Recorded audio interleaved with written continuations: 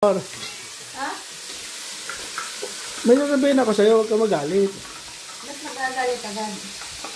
Kasi, Hindi ko alam kung paano ko sasabihin sa'yo. Basta huwag ka muna magalit. Pangako mo sa akin. Promise ka, huwag ka magalit. ano nga? Promise ka muna, huwag ka magalit. Ay, hindi. Ano nga sasabihin mo? Mag-decision ako, magagalit ako. Hindi, sabihin mo. Hindi kasi may kasalanan ako sa'yo. What? May kasalanan ako sa'yo nga. Kaya, ano nga? Hindi ako nagpaalam sa'yo. Na? Bumili ako ng bahay. Bahay? Oo.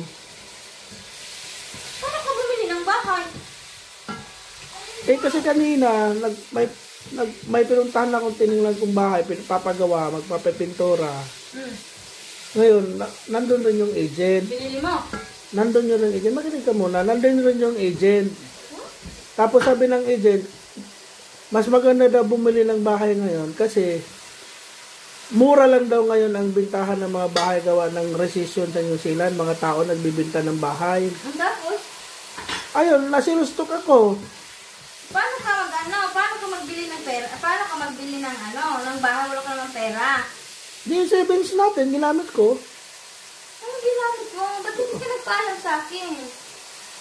Yun nga, kasi Huwag mo kausapin. kasi Kausap mo ako muna. teka, sabi ko sa'yo, huwag kang magagalit. Explain ko muna. Kasi Ay, naku. Inuna mo yan, pinag-usapan natin, pinag-savings ko yan, ha?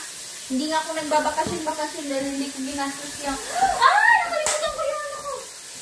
What? yun nga, kasi Ba't hindi ka nagpaalam, Dari? Pag mga ganyan bagay. nagsisi ako nung naalala ko, dapat nagpaalam. I-cancel mo. Hindi na ma-cancel kasi nakapagpirma na ako. Hindi yan pwede ganun kasi kailangan man ako magpirma, niluloko mo ako eh. Hindi. Isa nga, okay lang naman kasi. Hindi. Cash naman ang binili ko eh. Paano naging cash scam yan? May cash pa dito na bahay. Oo, winidraw ko. Naloko na. Oo, may resibo naman ako eh. Ay, tigil-tigil. Kasi sabi niya, marami daw nag-inquire kasi sa bahay na yon. Maraming may gusto. Kasi nga, Ay, naku. medyo modelo pa yung bahay, maganda pa. Mahirap sa'yo eh. Kasi ang bilis mo ma-sales to. Medyo maganda pa naman ang bahay. Get out. Ha? Get out. Kasi mamaya. Medyo maganda pa ng bahay. Gusto mo tingnan? Ay, hindi na. Bawiin mo yung pera.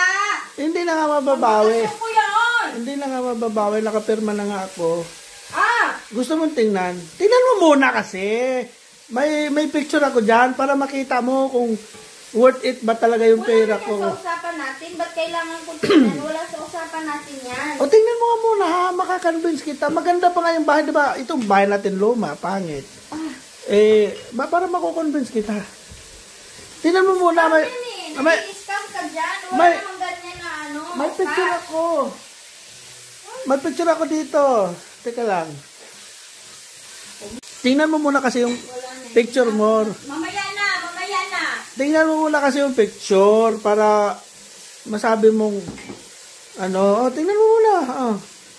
Ayan yung hasan lahat na napili ko. It's a prank. Joke lang, pagka